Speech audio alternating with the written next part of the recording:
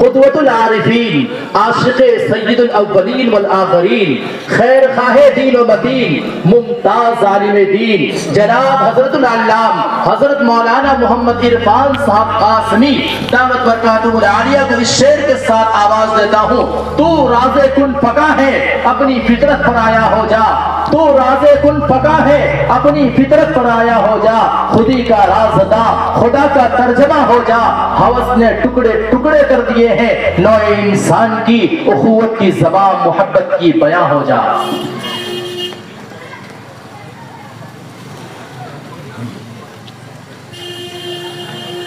درود شریف پڑھیں۔ اللہم صلی علی محمد النبی الامی وعلی آلہ وصحبہ اجمعین۔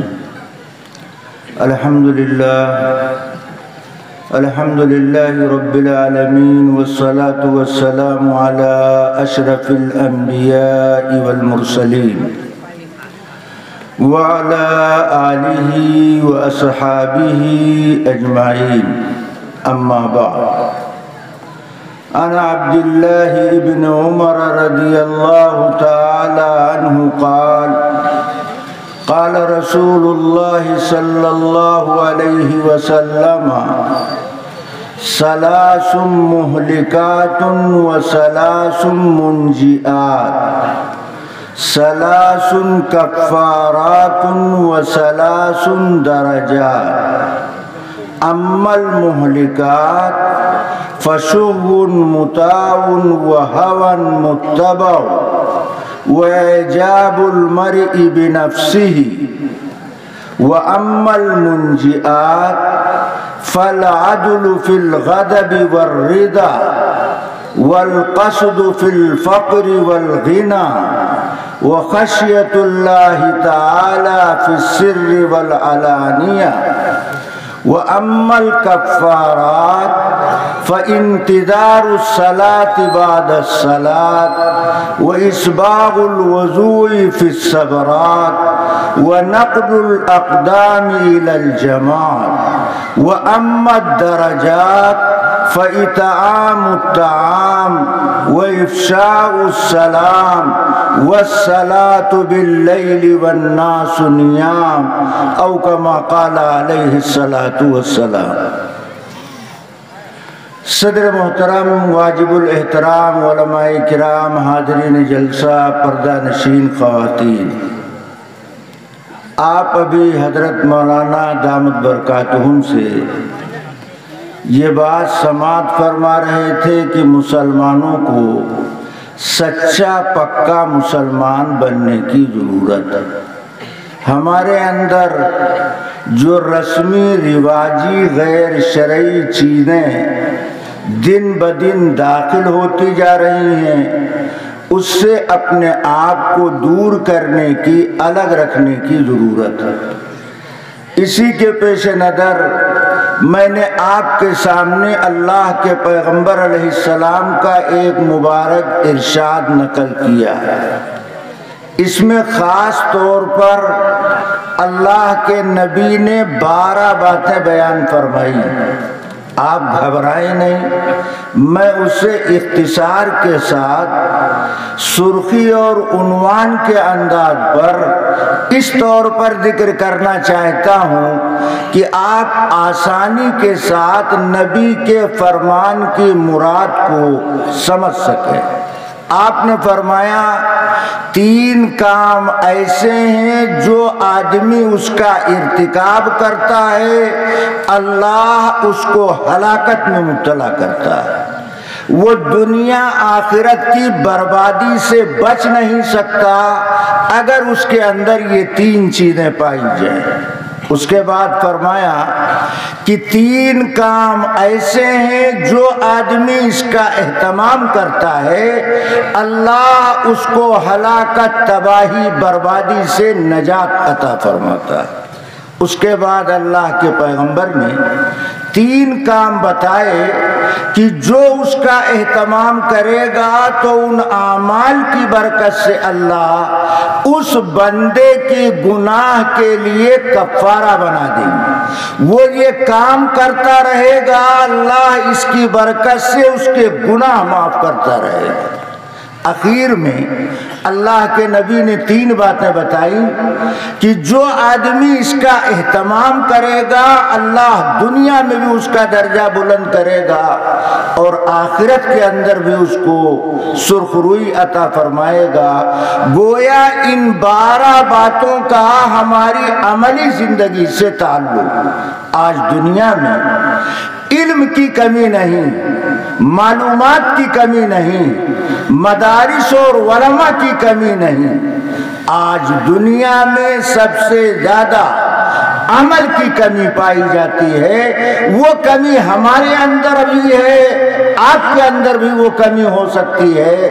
ہمیں اپنی کمیوں کا علاج کرنا چاہیے اور زندگی کے اوراق کو پلٹنے کی کوشش کرنی چاہیے کہ گزرے ہوئے دن کے مقابلے میں آنے والا دن ہمارا اچھا ہونا چاہیے۔ آج اس بات کی ضرورت، اگر ان چیزوں کا ہم اہتمام کریں گے تو ہمارے اندر نکھار پیدا ہوگا، ہماری دعا میں بھی اثر ہوگا اور ہماری بد دعا میں بھی اثر ہوگا۔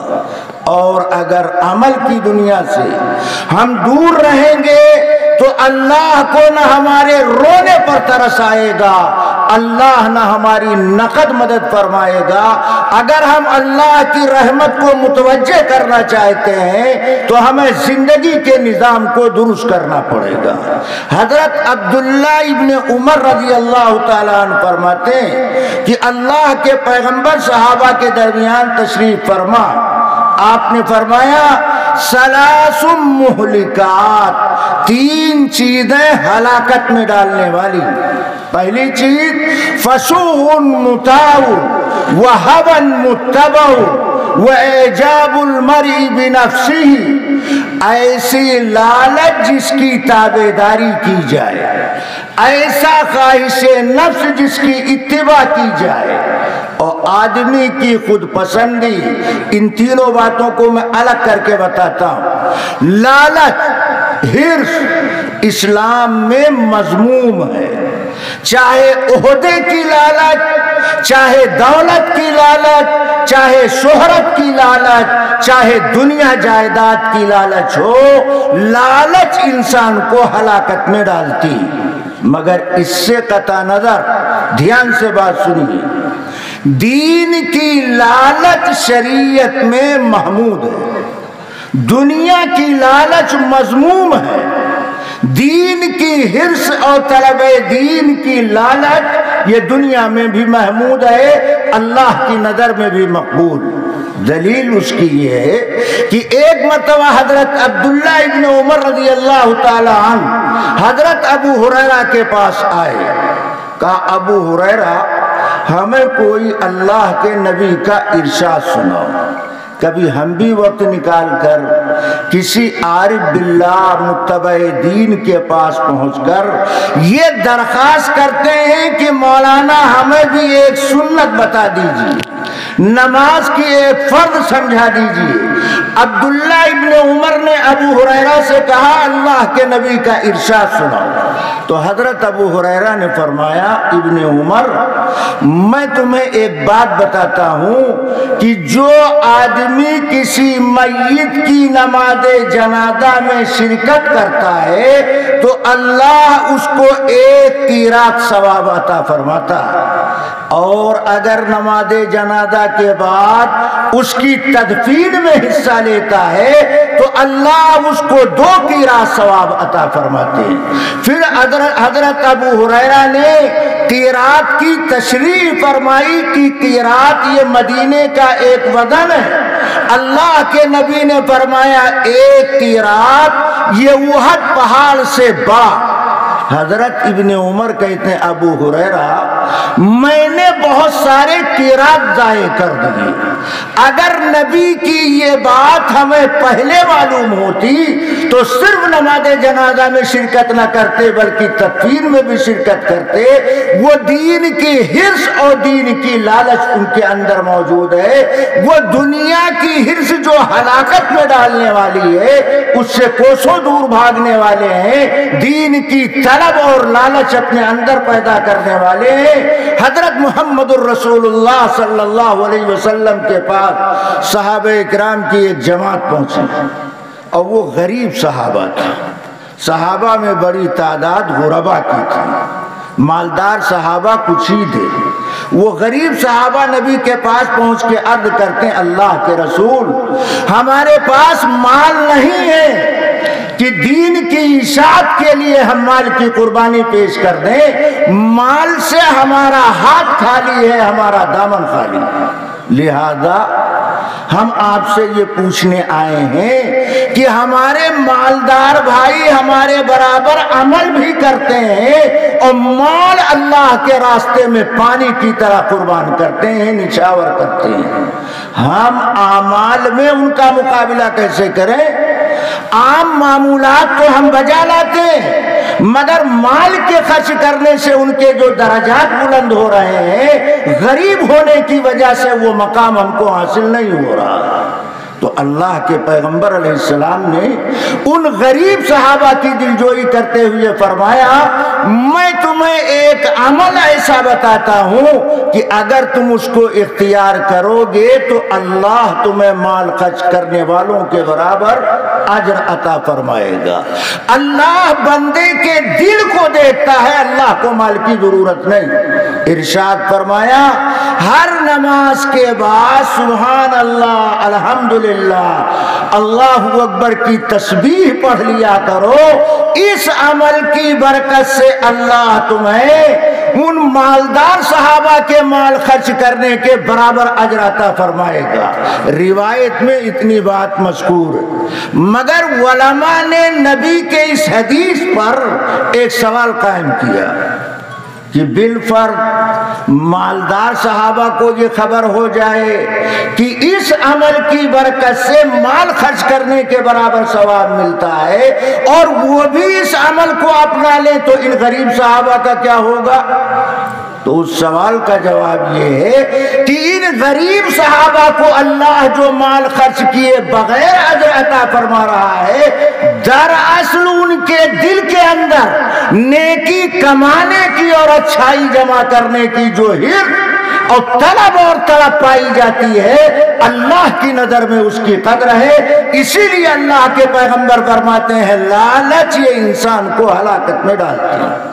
جو آدمی لالچ میں مبتلا ہوتا ہے اسے کسی نہ کسی دن شرمندگی کا سامنا کرنا پڑتا ہے۔ اس لیے دنیا کی لالچ دل سے نکالو، دین سیکھنے کی حرص لالچ اپنے اندر پیدا کرو۔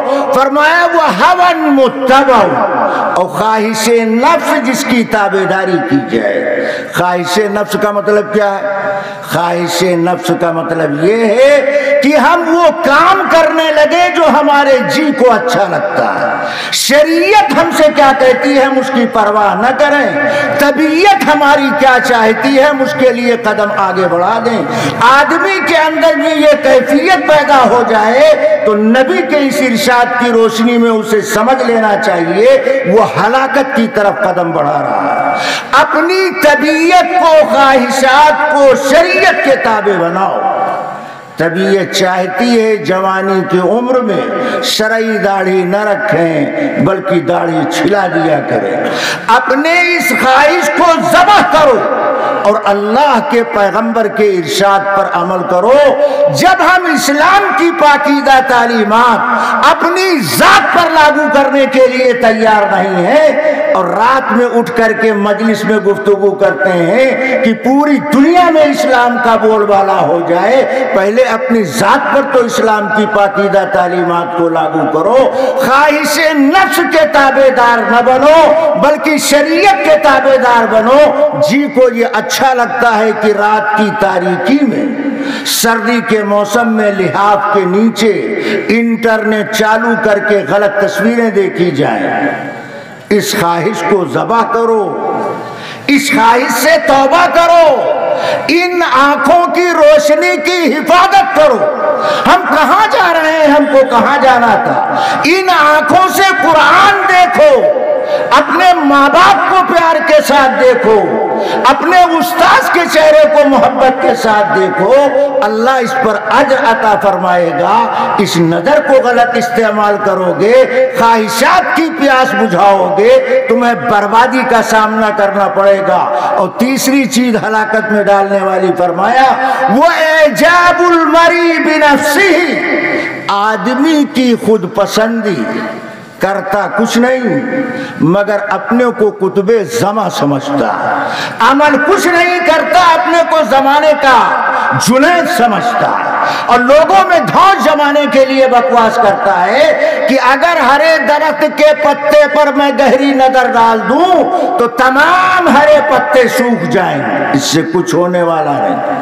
اپنے اندر سے خود پسندی نکالو، اپنے آپ کو سب سے زیادہ گنہگار سمجھو، اپنے آپ سے ہر ایک کو اچھا سمجھو۔ یہ جو ہم نے طریقہ رائج کیا کہ اپنے قلم سے خاکسار لکھنا شروع کر دیا، ناکارہ لکھنا شروع کر دیا، بندہ عاجز لکھنا شروع کر دیا، احقر بقلم کرنا شروع کر دیا، بات اس سے مکمل ہونے والی نہیں۔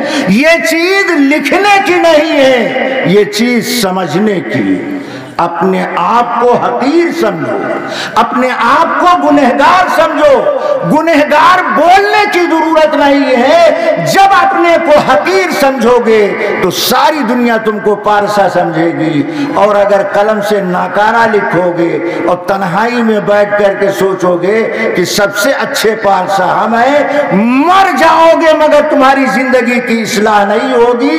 یہ جذبہ انسان کو ہلاکت میں ڈالتا ہے، بیماری اس کی بڑھتی جاتی ہے، لا علاج ہوتا جاتا ہے، اپنے کو روحانی بیماری کا مریض نہیں سمجھتا، نہ کتاب اس کی اصلاح کرتی ہے، نہ ذاتی سوچ اس کے اندر سدھار پیدا کرتی ہے۔ کسی اللہ والے سے رشتہ پیدا کرنے کی ضرورت، جیسے جسمانی امراض کے ڈاکٹر ایسے روحانی امراض کے ماہر ڈاکٹر سے رابطہ کرنے کی ضرورت ہے، تب ان ہلاکتوں سے ہم اپنے آپ کو بچا سکتے ہیں۔ آگے فرمایا وَأَمَّا الْمُنْجِئَاتِ، اور نجات دلانے والی تین چیزیں کون سی ہیں؟ پہلی بات فَالْعَدْلُ فِي الْغَضَبِ وَالرِّضَى وَالْقَصْدُ فِي الْفَقْرِ وَالْغِنَى۔ پہلی چیز غصے اور خوشی میں عدل کرنا، غصے اور خوشی میں انصاف پر قائم رہنا، یہ انسان کو نجات دلا سکتی۔ کیوں؟ غصے میں بے قابو ہو کر انسان وہ کر ڈالتا ہے جو اس کو نہیں کرنا چاہیے، کسی کا خون بہا دیا، کسی کی عزت داؤ پر لگا دی، بیوی کو غصے میں آ کر طلاق دے دیا، پھر مفتی صاحب کے سامنے گردن لٹکا کر کے معذرت شرمندگی ظاہر کرتا۔ یہ برے دن تمہیں کیوں دیکھنے پڑے؟ اس لیے کہ اپنی ذات پر تم کنٹرول نہیں کرتے ہو۔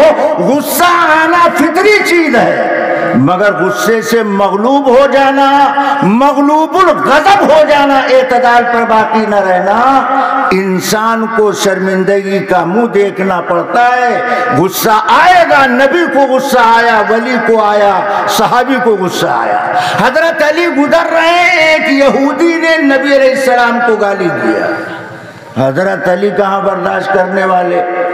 نبی کی، علی کی جان اور علی کی زندگانی نبی کی محبت سے موجود اور محفوظ ہے۔ علی نے جب یہودی کی زبان سے نبی کی شان میں گالی سنی تو یہودی کو کی گریبان کو پکڑ کر کے اٹھا لیا اور زمین پر پٹک کر کے اس کے سینے پر چڑھ بیٹھے۔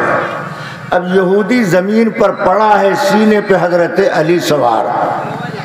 یہودی تو یہودی، اس لیے کہ بچھو کا کام ہے ڈنک مارنا، بوڑھا بچھو بھی ڈنک مارے گا اور بچھو کا بچہ بھی ڈنک مارے گا، وہ آپ کو آرام نہیں پہنچائے گا۔ یہودیت اسلام سے بغاوت کا نام۔ وہ یہودی زمین پر پڑا ہے، حضرت علی اس کے سینے پر سوار ہے۔ جب بے قابو ہو گیا تو اس نے حضرت علی کے منہ پر تھوک دیا، جب حضرت علی کے منہ پر یہودی نے تھوکا تو حضرت علی اس کو چھوڑ کر الگ کھڑے ہو گئے۔ ساتھیوں نے جب علی کا عمل دیکھا تو کہنے لگے علی تم بھی عجیب آدمی ہو، ایسے بے غیرت آدمی کے سینے پہ تم سوار تھے اور اس نے مزید آپ کو ذلیل کرتے ہوئے اس نے آپ کے چہرے پر تھوک دیا، آپ نے اس کو چھوڑ دیا۔ حضرت علی کا جواب سنو، فرمایا میں نے اس کو زمین پر پٹکا تھا نبی کی محبت میں، اور جب اس نے میرے چہرے پر تھوکا تو مجھے غصہ آیا۔ اب اگر میں کوئی کارروائی کرتا ہوں تو اپنی ذات کے واسطے ہوتا ہے، حضرت محمد الرسول اللہ صلی اللہ علیہ وسلم کی شان کے واسطے نہیں ہے۔ اس لیے اللہ کے پیغمبر فرماتے ہیں غصے میں اور خوشی میں عدل و اعتدال کرنا چاہیے۔ عدل کا تعلق صرف عدالت سے نہیں بلکہ مسلمانوں کی تمام شعبہ زندگی سے۔ اللہ کے نبی مسجد نبی میں تشریف لائے تو دیکھا ایک ستون سے دوسرے ستون میں رسہ بندھا ہوا۔ نبی نے کہا یہ کیا معاملہ؟ اس زمانے میں عورتیں مسجد نبی میں نماز پڑھنے جاتی تھی۔ حضرت ام سلمہ نے یہ رسہ بندھوایا تھا کہ رات میں عبادت کرتے کرتے تھک جاتی تو رسہ پکڑ کر لٹک جاتی، جسم میں کچھ چستی پیدا ہو جائے۔ نبی نے فرمایا یہ رسہ کاٹ دو، نفلی عبادت کے لیے اتنی زیادہ مشقت برداشت کرنے کی ضرورت نہیں ہے۔ خوشی اور غمی میں اعتدال باقی رہنا چاہیے۔ انسان کو کسی بھی موقع پر عدل کا دامن نہیں چھوڑنا چاہیے۔ دوسری بات ارشاد فرمائی والقصد فی الفقر والغنى، خوشحالی اور تنگحالی میں میانہ روی کے ساتھ خرچ کرنا، یہ مسئلہ مسلمانوں کے لیے بڑا اہم ہے۔ آج ہم باراتیوں خرافاتیوں زمانے کے لعنتیوں پر کھانے کے نام پر بے حد و بے حساب رقم خرچ کرتے ہیں۔ اور مدرسے والے اگر یتیم بچوں کی پرورش کے لیے تعاون کا مطالبہ کرتے ہیں تو جیسے ہماری جیب کو بعض دفعہ قحط پڑ جاتا ہے، جیب سے پیسہ نہیں نکلتا، ایسا نہیں ہونا چاہیے۔ ان کو کھلا رہے ہیں، شریعت میں ان کے کھانے کا کوئی مصرف نہیں ہے۔ باراتیوں کی ضیافت لڑکی کے باپ کے ذمہ نہیں۔ آپ اپنے ذہن پر بوجھ ڈالیں تو آسانی سے یہ بات سمجھ میں آئے گی کہ دولہے کے باپ نے باراتی بننے کا کارڈ آپ کے پاس بھیجا، اس میں دولہے کے باپ کا نام ہے، پتہ، دولہے کے باپ نے سواری آپ کے لیے فراہم کیا، مگر آپ اتنے بے غیرت، ایک خوراک کھانے کے اتنے بھکاری اور بھوکے کہ شیروانی چڑھائی، سرما دانی خالی کیا اور گاڑی پر آ کر کے سیٹ پہ قبضہ کیا۔ وہ گاڑی جا کر کے لڑکی کے باپ کے دروازے پر رک رہی، آپ ہاتھ دھو کے دسترخوان پر شرم نہیں آئی؟ بلایا لڑکے کے باپ نے، کارڈ پر اس کا نام اس کا پتہ، سواری لڑکے کے باپ کی۔ یہ دسترخوان لڑکی کے باپ کا ہے، لڑکے کے باپ کا نہیں۔ جس نے بلایا اس سے کہو کھلاؤ، وہ کھلاتا نہیں ہے تو آپ کو ایسے دروازے سے رشتہ اپنا ختم کر دینا چاہیے۔ جہاں مال خرچ کرنے کی ضرورت نہیں ہے وہاں ہم قرضہ لینے کے لیے تیار، زمین گروی رکھنے کے لیے تیار، اور جہاں ہماری پہچان بننے والی، ہمارے نسلوں کے دین و ایمان کی حفاظت کا سامان تیار ہونے والا، وہاں دل کھول کر ہم خرچ نہیں کرتے۔ اللہ کے نبی کہتے ہیں خوشحالی اور تنگحالی میں درمیانہ روی اختیار کرو۔ کیا مطلب؟ مالدار آدمی اگر 1 لاکھ کی ملکیت رکھتا ہے اس کے لیے 1000 روپیہ خرچ کرنا آسان، اور ایک آدمی 10,000 روپے کی ملکیت رکھتا ہے اس کے لیے 100 روپیہ خرچ کرنا آسان۔ ہر ایک کا دینی کاموں میں حصہ ہونا چاہیے، صرف مالداروں کا ٹھیکہ دین زندہ رکھنے کا نہیں۔ غریب کو اپنی حیثیت کے مطابق ایسے حسین عمل میں برابر حصہ داری کی کوشش کرنی چاہیے۔ یہ نجات دلانے والا عمل ہے۔ اگر یہ عمل اپنے اندر پیدا نہیں کرتے تو نجات کی سواری رک جانے کا خطرہ ہے۔ اور تیسری بات اللہ کے نبی نے فرمایا وَخَشْيَةُ اللَّهِ تَعَالَى فِي السِّرِّ وَالْعَلَانِيَةِ، اللہ کا ڈر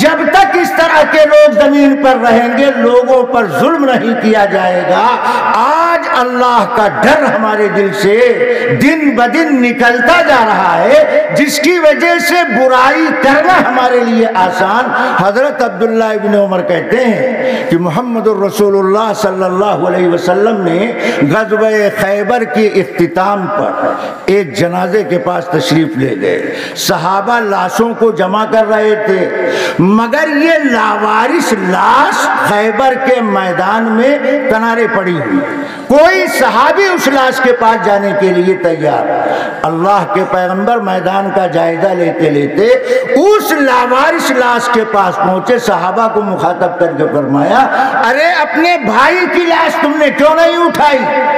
صحابہ نے عرض کیا، اللہ کے پیغمبر اس کو ہم جانتے نہیں، اس کو ہم نے کبھی مسجد میں دیکھا نہیں، آپ کی مجلس میں آتے جاتے دیکھا نہیں۔ اللہ کے پیغمبر کا جواب سنو، فرمایا یہ وہ خوش نصیب انسان ہے جس نے نہ ایک وقت کی نماز پڑھی ہے، نہ ایک دن کا روزہ رکھا ہے، نہ قرآن کی ایک آیت اس نے یاد کیا، ادھر اس نے ایمان قبول کیا، میرے حکم پر اللہ کے نام پر نکلا اور یہ اپنی جان قربان کر گیا۔ نبی فرماتے ہیں میں اس کو جنت میں دیکھ رہا ہوں، یہ اسود رائی صحابی ہے جس نے ایمان قبول کرنے کے بعد ایک سجدہ بھی نہیں کیا۔ اللہ کے ڈر نے اس کے دل میں ایسا گھر کیا کہ بغیر سجدے کہ وہ اللہ کے نام پر قربان ہو گیا۔ اللہ کا ڈر انسان کو گناہ سے بچایا کرتا ہے، یہی نجات دلانے والا سامان ہے۔ آگے اللہ کے پیغمبر ارشاد فرماتے ہیں وَأَمَّا الْكَفَّارَاتُ، گناہوں کے لیے کفارے کا عمل کیا ہے؟ عمل کرتے رہو، اس عمل کی برکت سے گناہ معاف ہوتا رہے۔ توبہ کرنے سے تو بڑے بڑے گناہ معاف ہو جاتے ہیں، مگر کچھ ایسے اعمال ہیں جس کا اہتمام کر لینے کی وجہ سے اللہ اس عمل کی برکت سے گناہ معاف کر دیتا ہے۔ گناہ صغیرہ ہی صحیح، ہمارے پاس تو صغیرہ کی بھی کمی نہیں، کبیرہ تو بہت ہے۔ ہمیں صغیرہ کے بارے میں فکر کرنے کی ضرورت، نبی نے آسان طریقہ بتایا، وَأَمَّا الْكَفَّارَاتُ فَإِنْتِظَارُ الصَّلَاةِ بَعْدَ الصَّلَاةِ، ایک نماز کے بعد دوسری نماز کا انتظار کرنا، یہ عمل انسان کے گناہ کے لیے کفارہ۔ مثلا آپ ظہر کی نماز پڑھ کر کے آئے، عصر کی نماز سے پہلے دل ڈھونڈنے لگا کہ عصر کی نماز کا وقت قریب آ رہا ہے، ہم کو عصر کی نماز جماعت سے پڑھنا۔ یہ جذبہ جو آپ کے دل کے اندر پیدا ہو رہا ہے انتظار صلاۃ کا، اللہ کی نظر میں آپ نماز پڑھنے والے کا درجہ رکھتے ہیں، انتظار صلاۃ کا درجہ رکھتی ہے۔ اللہ اس جذبے سے گناہ کا کفارہ بنا دیا کرتے۔ اور آپ وضو کر کے پہلے آ کر مسجد میں جماعت کے انتظار میں بیٹھ گئے، میں دعوے سے یہ بات کہتا ہوں، نہ آپ قرآن پڑھ رہے ہیں، نہ ذکر کر رہے ہیں، نہ تسبیح پڑھ رہے ہیں، کچھ نہیں، باوضو صرف نماز کے انتظار میں بیٹھے ہیں۔ یہ نماز کے انتظار میں مسجد میں باوضو بیٹھنا، اللہ کی نظر میں آپ کا درجہ مقام اتنا بلند و بالا ہے کہ اللہ آپ کے پاس فرشتہ بھیجتا ہے، ہم کو پتہ نہیں چلتا، فرشتہ ہم کو دیکھتا ہے، ہم فرشتے کو نہیں دیکھتے۔ فرشتہ اللہ اس نمازی کے پاس بھیجتا ہے جو نماز کے انتظار میں پہلے آ کر کے بیٹھا ہوا۔ جب وہ فرشتہ نمازی کے پاس پہنچتا ہے تو اللہ اس فرشتے سے کہتے ہیں سن، تجھے زیارت ملاقات کے لیے نہیں بھیجا، اس نمازی کے پاس جا اور اس کے واسطے تو ہم سے دعا کر۔ اللہ اکبر، ہمارے لیے فرشتہ دعا کر رہا ہے۔ اور اللہ کی عنایت کی انتہا اور حد ہے کہ اللہ اس فرشتے کو دعا بھی سکھاتے ہیں کہ دیکھ جو میں کہہ رہا ہوں وہ اس نمازی کے حق میں تمہیں مجھ سے سوال کرنا ہے۔ اللہ اس فرشتے کو دو دعائیں سکھاتے ہیں، یہ دو دعا اس نمازی کے بارے میں مانگ جو نماز کے انتظار میں وقت سے پہلے مسجد میں آ کے بیٹھا۔ مسلمانوں، نوجوانوں، ہمیں کیا ہوا؟ کہ جمعہ کے دن ہم خطبے کے وقت مسجد میں آتے ہیں، ہفتے میں ایک دن اپنے آپ کو آدھا گھنٹہ پہلے فارغ کرنے کے لیے تیار نہیں۔ ائمہ بیان کرنے میں سکوت اختیار کرتے ہیں، اس لیے کہ ہماری دین سے دوری بے رخی کا عالم کہ ایک خطبہ مکمل ہونے کے بعد ہم مسجد میں آتے ہیں، جب نمازیوں کی اندراج کا رجسٹر بند کر دیا جاتا، ہم کس خانے کے نمازی آج جمعہ میں نمازی بن کر کے داخل ہوئے، اس کا تو اندراج بھی نہیں ہوا۔ اپنے اندر یہ حوصلہ پیدا کرو، ہفتے میں کم سے کم جمعہ کے دن اذان ہونے کے بعد پہلا کام ہمیں مسجد جانا، پہلی سب میں بیٹھنا، آگے بیٹھنا، سنت پڑھنا۔ کچھ نہیں پڑھ پا رہے ہیں ہم باوجود بیٹھے رہیں گے، فرشتہ ہمارے لیے دعا کرے گا۔ پہلی دعا کرتا ہے اللہم اغفر لہ، اے اللہ تو اس کو بخش دے۔ معصوم دعا کر رہا ہے اللہ کی دربار میں، اے اللہ تو اسے بخش دے، اے اللہ تو اسے معاف فرما دے، اے اللہ تو اس کے گناہوں کو صاف فرما دے۔ اور دوسری دعا وہ فرشتہ اس نمازی کے لیے کرتا ہے اللہم ارحمہ، اے اللہ اس پر رحم فرما دے، اے اللہ اس پر کرم فرما دے، اے اللہ اس پر فضل و انعام فرما دے۔ فرشتہ دعا کر رہا ہے، فرشتے کی دعا رد نہیں کی جائے گی۔ یہ کمال، یہ مقام حاصل کرنے کے لیے ہمیں اپنے جذبات کو قربان کر کے مسجد پہلے پہنچنے کا اہتمام کرنا پڑے گا۔ اگر آپ پہلے مسجد میں پہنچیں گے، انتظار صلاۃ میں کچھ دیر بیٹھیں گے، تو اللہ اس عمل کی برکت سے جہاں فرشتے کی دعا کا حقدار آپ کو بنائے گا، وہیں جتنی دیر آپ بیٹھے رہیں گے اتنی دیر وہ عمل آپ کے گناہوں کے لیے کفارہ بن جائے گا، وہ عمل آپ کے گناہوں کے لیے کفارہ بن جائے گا۔ دوسرا عمل اللہ کے پیغمبر فرماتے ہیں وَإِسْبَاغُ الْوُضُوءِ فِي الصَّبْرَاتِ، سخت ترین سردی میں، جیسے آج کل کا موسم، فرمایا سخت ترین سردی میں کامل وضو کرنا۔ بات دھیان سے سنو، یہ نہیں کہا کہ سخت سردی میں وضو کرنا، نہیں، قید لگائی اسباغ الوضو، سخت ترین سردی میں کامل وضو کرنا۔ یہ عمل بھی اللہ کی نظر میں اتنا پسندیدہ ہے کہ سخت سردی میں کامل وضو کرنے سے اللہ اس کے گناہوں کے لیے کفارہ بناتے۔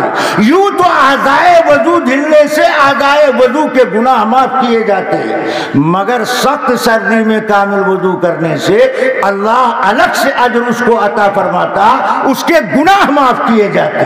یہ کامل وضو کا مطلب کیا؟ کامل وضو کا مطلب یہ ہے کہ سخت سردی میں، سردی کے موسم میں عموماً کھالیں خشک ہو جاتی ہیں، پانی کی تری مشکل سے کھالوں تک پہنچتی ہے، اس لیے سخت سردی میں جب وضو کرو تو کھالوں کو رگڑ دیا کرو تاکہ کامل طریقے سے تری وضو کا پانی جسم کے اعضائے وضو تک پہنچ جائے۔ یہ عمل اختیار کرو گے تو اللہ اس عمل کی برکت سے تمہارے گناہوں کے واسطے کفارہ بنائے گا، مگر یہ مقام اس کو ملے گا جو مسجد کو اپنا گھر بنانے کی خواہش اپنے دل میں پیدا کر۔ مسلمان کا گھر اللہ کا گھر، اللہ کے گھر میں جتنی دیر رہو گے گناہ سے نگاہ بھی بچی رہے گی، زبان بھی بچی رہے گی، کان بھی بچا رہے گا۔ کم سے کم بوڑھے لوگوں کو زیادہ وقت مسجد میں گزارنا چاہیے تاکہ اللہ ہمارے گناہوں کے لیے ان اعمال کو کفارہ بنا دے۔ آخری تین باتیں حضرت محمد الرسول اللہ صلی اللہ علیہ وسلم فرماتے ہیں وَأَمَّا الدَّرَجَاتِ، اور درجات کو بلند کرنے والا عمل فَإِطْعَامُ الطَّعَامِ وَإِفْشَاءُ السَّلَامِ، کھانا کھلانا۔ کس کو؟ باراتیوں کو، لعنتیوں کو، خرافاتیوں کو نہیں۔ پھر کن کو کھلانا؟ مہمان کو کھانا کھلانا۔ اس سے اللہ درجہ بلند کرتا ہے۔ کیوں؟ مہمان وہ اپنی روزی لے کر کے میزبان کے دروازے پر آیا، اسی لیے اللہ کے پیغمبر نے مہمان میزبان دونوں کے فرائض حقوق الگ الگ ذکر فرمائے۔ مہمان کا میزبان پر یہ حق ہے کہ پہلے دن عمدہ سے عمدہ، اعلیٰ سے اعلیٰ معیاری کھانا کھلاؤ اپنی حیثیت سے اٹھ کر، دوسرے دن سیکنڈ درجے کا، تیسرے دن عام معمولات کے مطابق کھلاؤ، اللہ اس عمل کی برکت سے تمہارے درجے بلند کرے گا۔ اب آ گیا کوئی مہمان، وہ کہہ رہا میں 3 دن میں جانے والا نہیں، یہ تو دسترخوان 30 دن رہنے والا ہے، میں تو 30 دن آپ کے گھر رہوں گا۔ تو 3 دن تک کھلانے کا حکم نبی نے میزبان کو مہمان کے بارے میں دیا۔ اب اگر کوئی مہمان 30 دن ٹک جائے تو میزبان کیا کرے؟ جواب سنو، اللہ کے نبی فرماتے ہیں 3 دن سے زیادہ جو میزبان مہمان کو کھلائے گا اللہ ہر کھانے پر صدقے کا ثواب عطا فرمائیں گے۔ مہمان کی ضیافت کر رہے ہو، اللہ کی نظر میں یہ عمل تمہارا درجہ اتنا بلند کرنے والا ہے کہ اللہ تمہیں صدقہ کرنے کا ثواب عطا فرمائے۔ اسی طرح مہمان کو بھی اس کا خیال رکھنا چاہیے۔ آج کل شوگر کی بیماری بڑی ہوئی، چائے بن کر آ گئی تو مہمان محترم بولتے ہیں میں بغیر چینی کی چائے پیتا ہوں، اب میزبان کے لیے آپ مصیبت کا سامان بنے ہو۔ آپ پہنچتے ہی بتائیے میں شوگر کا مریض ہوں، میں بغیر شکر کی چائے پیتا ہوں۔ جانبین ایک دوسرے کا لحاظ کریں تو حقوق آسانی کے ساتھ ادا ہوں گے۔ فرمایا فَإِطْعَامُ الطَّعَامِ، مہمان کو کھانا کھلانے سے اللہ درجہ بلند کرتا۔ دوسرا آدمی کون ہے؟ غریب مسکین یتیم کو کھانا کھلانے پر اللہ درجہ بلند کرتا ہے۔ یہ مدارس میں پڑھنے والے بچے جن کو مہمان رسول اللہ کہا جاتا ہے، آپ فیصلہ لو کم سے کم 5 بچوں کے ایک وقت کے کھانے کا انتظام میں اپنی جیب خاص سے کروں گا تاکہ نبی کی اس بشارت کے ہم حقدار بن جائیں۔ اللہ نے آپ کو حیثیت دی ہے، 1 مہینے کے کھانے کا خرچہ آپ برداشت کر لیں۔ فرمایا مہمان کے بعد اگر کھانا کھلانے کا درجہ ہے تو غربا مساکین فقراء کا درجہ ہے، اور اس فقراء کی جماعت میں مہمان رسول اللہ کو کھلانے پر زیادہ اجر و ثواب ملنے والا ہے۔ یہ عمل درجے کو بلند کرنے والا۔ دوسری چیز فرمائی وَإِفْشَاءُ السَّلَامِ، سلام کو عام کرنا، جس میں ہم بخیل ہوتے جا رہے ہیں۔ سلام کرنا ہمارے لیے بھاری سامان بنتا جائے۔ ہاں داماد خسر کو سلام کر لے گا، ہاں مجلس میں ٹھگ کی طرح چور کی طرح آ کے چپ کے بیٹھ جائیں گے۔ اب مجلس میں سے کسی نے کہا یہ فلاں حاجی صاحب کے بیٹے ہیں تو چھچھولر کی طرح ادھر سے ادھر بھاگے جا رہے ہیں۔ اب مسافے پر مسافہ کیے جا رہے ہیں۔ اگر پیغمبر کی پاکیزہ تعلیمات پر عمل کرتے ہوتے تو آنے والے کے ذمے سلام کرنا ہے، تم اپنے حق سے بری ہو گئے ہو۔ مگر اسلامی تعلیمات ہماری زندگی میں شامل نہ ہونے کا نتیجہ کہ ہم کو شرمندگی کا سامنا کرنا پڑتا ہے۔ سلام کرنا سنت، جواب دینا واجب۔ سلام کرنا سنت، جواب دینا واجب۔ اللہ کے نبی نے صحابہ کی زندگی میں اس عمل کو گھر گھر عام کرنے کے لیے آپ قبا کے علاقے میں ایک صحابی سے ملنے کے لیے گئے۔ جب آپ ان کے مکان پر پہنچے تو وہ صحابی مکان کے اندر تھے۔ نبی نے سلام کیا، اندر آنے کی اجازت مانگی، مگر ان صحابی نے نبی کے سلام کا آہستہ سے جواب دیا، آنے کی اجازت نہیں دی۔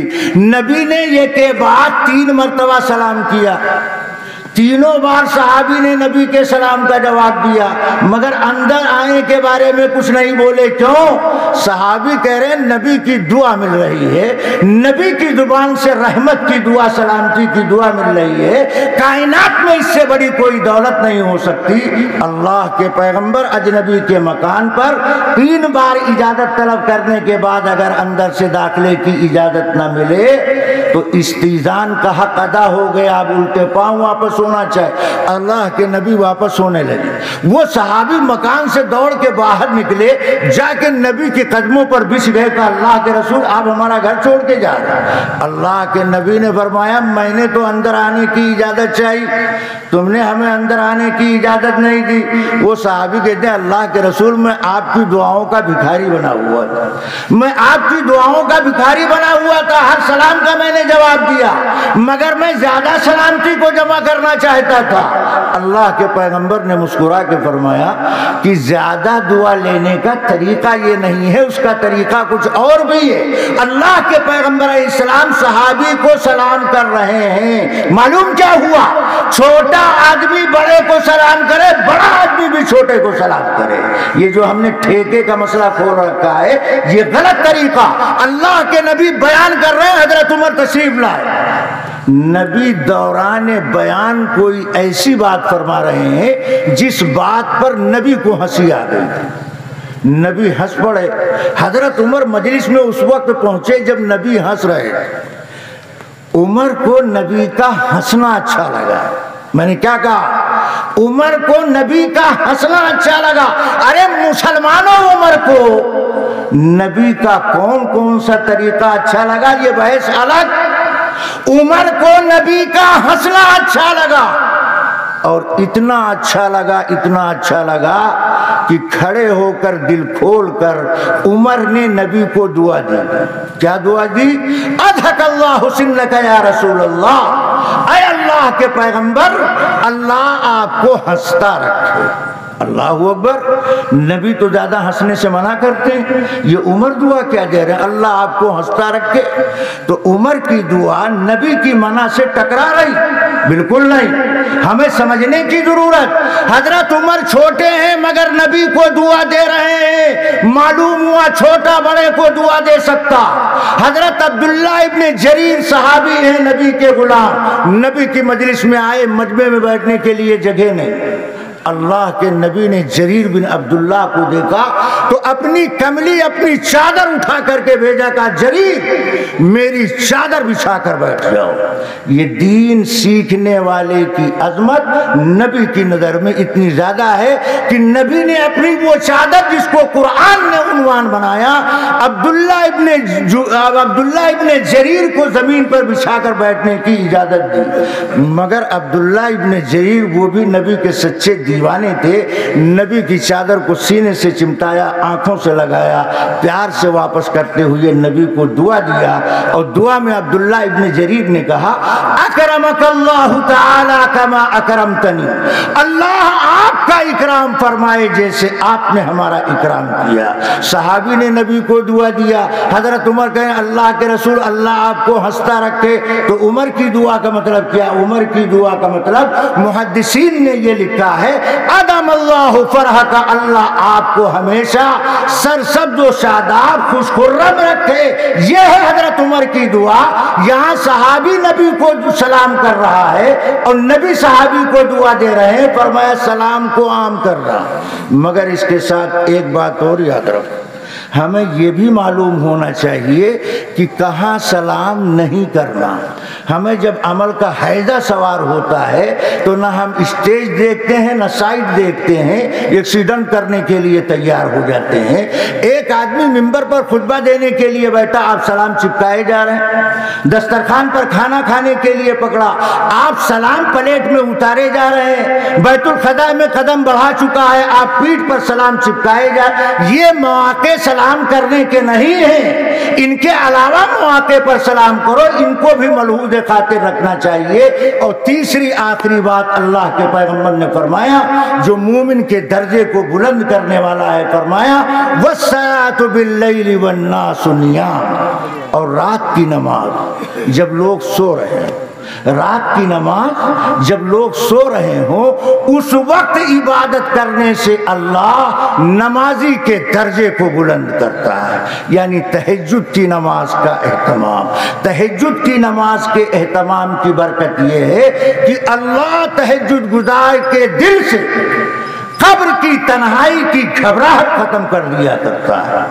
اللہ تہجد گزار کے دل میں، اللہ اس کے دل میں صبر و شکر کا جذبہ بڑھا دیا کرتا ہے۔ اور تہجد کے وقت کی عبادت یعنی تہجد کی نماز ایسی عبادت ہے، ایسی عبادت ہے کہ اس وقت اللہ سننے ہی کے لیے بیٹھا ہے۔ مانگو جو کچھ مانگنا ہے، اللہ سے بڑا کوئی داتا نہیں اور اللہ سے زیادہ کوئی کافی اور شافی نہیں۔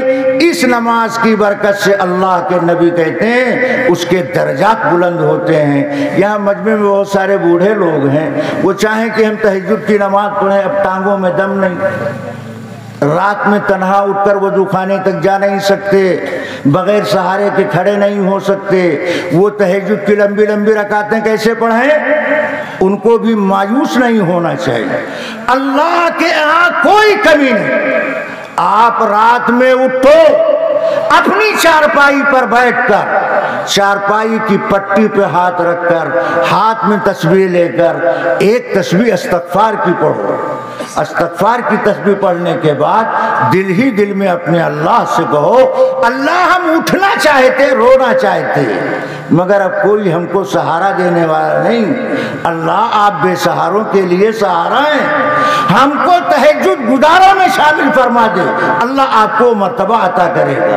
اب تہجد میں لمبی رکعت، جماعت ہی میں گئے، کل 4 سورتیں یاد کی، جا رہے ہیں جماعت میں 40 سال سے، قرآن کتنا یاد؟ 4 سورتیں۔ یا اللہ، چلے کی تعداد بڑھی، قرآن کی سورت کیوں نہیں بڑھی؟ اس لیے کہ شوق پیدا نہیں ہوا۔ اب یاد کل 4 سورتیں اور تہجد کی رکعت لمبی کرنے سے اجر بڑھتا۔ اب یہ آدمی 4 سورت کرائے پر پڑھنے والا، اس کی رکعت تہجد کی لمبی کیسے ہو؟ اس کے لیے بھی دین میں آسانی۔ ہم نے اپنے رسوم سے دین کو مشکل بنایا، دین مشکل نہیں۔ اب یہ آدمی اگر تہجد کی لمبی رکعت پڑھنا چاہتا ہے تو یہ پہلی رکعت میں 4 سورت پڑھ لے، دوسری رکعت میں پھر وہی 4 سورت ریپیٹ کر دے، تو 4 سورت ایک رکعت میں پڑھنے سے اس کی بھی رکعت لمبی ہو جائے گی۔ اللہ لمبی رکعت تہجد کی ادا کرنے والوں کا اجر و ثواب کا حقدار آپ کو بھی بنائے گا۔ اللہ تعالیٰ ان باتوں پر ہم سب کو صدق دل سے عمل کرنے کی توفیق عطا فرمائے۔ میں ان باتوں کو دوبارہ ریپیٹ کیے دیتا ہوں تاکہ آسانی سے وہ بات آپ کے ذہن میں محفوظ ہو جائے۔ نبی نے پہلی 3 بات فرمائی جو انسان کو ہلاکت، تباہی، بربادی میں ڈالنے والی، اس میں پہلی چیز ہے لالچ پیدا کرنا، دوسری چیز ہے خواہش نفس کی تابعداری کرنا، اور تیسری چیز ہے عجب، خود پسندی، تکبر، اپنے کو اچھا سمجھنا۔ اس بیماری سے دور بھاگنے کی ضرورت، یہ ہلاکت میں ڈالنے والی چیز۔ اور 3 چیزیں جو نجات دلانے والی ہیں، ان میں پہلی چیز ہے خوشی اور غمی میں عدل کرنا، اعتدال کا دامن کسی بھی وقت نہ چھوٹے، اور دوسری چیز ہے تنگی اور فراخی میں میانہ روی کے ساتھ مال خرچ کرنے کی عادت ڈالنا، اور تیسری چیز ہے جلوت اور خلوت میں اللہ کا ڈر دل میں ہونا، جو گناہ سے بچانے کا سب سے آسان طریقہ ہے۔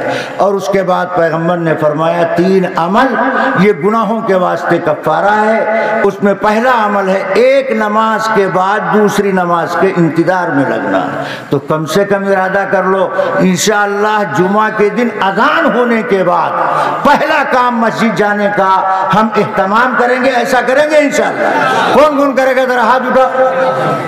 سب پہلے پہنچیں گے تو امام صاحب کو آپ سے پہلے آنا پڑے گا، پھر بیان بھی آپ کو مکمل سننے کو ملے گا۔ بیچارے ائمہ بھی پریشان ہوتے ہیں کہ آپ دوسرے خطبے کے اخیر میں آتے، یہ بیماری کا بھی علاج ہوگا۔ تو پہلا عمل جو درجے کو بلند کرنے والا، گناہ کے لیے کفارہ بننے والا، ایک نماز کے بعد دوسری نماز کا انتظار، اور دوسری چیز سخت ترین سردی میں کامل وضو کرنا، اور تیسری چیز نقد الاقدام الی الجماعت، پیدل چل کر مسجد آنا۔